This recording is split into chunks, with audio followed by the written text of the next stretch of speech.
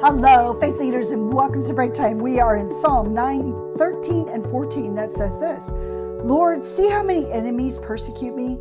Have mercy and lift me up from the gates of death, that I might declare your praises in the gates of daughter Zion, and there rejoice in your salvation. Oh, I love this passage of scripture because David is praying, and in his prayer, he's admitting, Lord, can you see how many people are chasing me? Can you look at them all?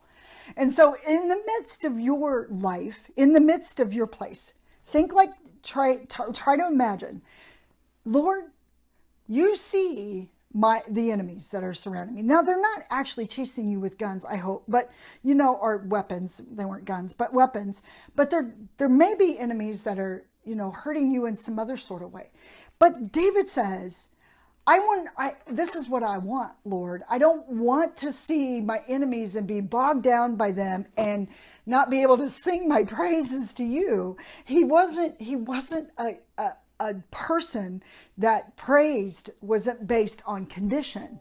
His praise was based on his relationship and his knowing who God is, and knowing that God sees his enemies, and knowing that God sees his life. That's where David's praise came out of.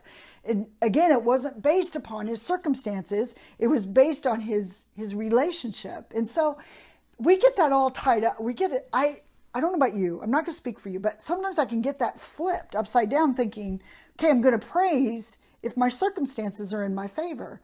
But, if I don't sense that there's, that God is working in my favor. But you are so favored, and so am I, and so we don't praise based on how favored we are.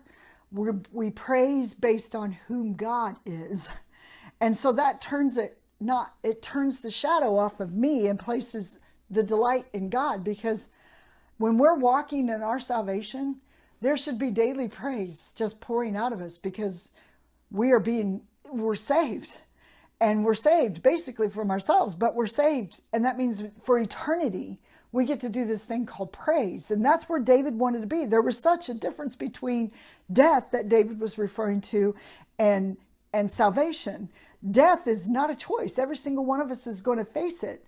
But salvation is a choice. And today, believers, if you're walking in your salvation, let praise be your tongue, no matter what circumstances you are, because death has to do with darkness. Salvation has to do with light.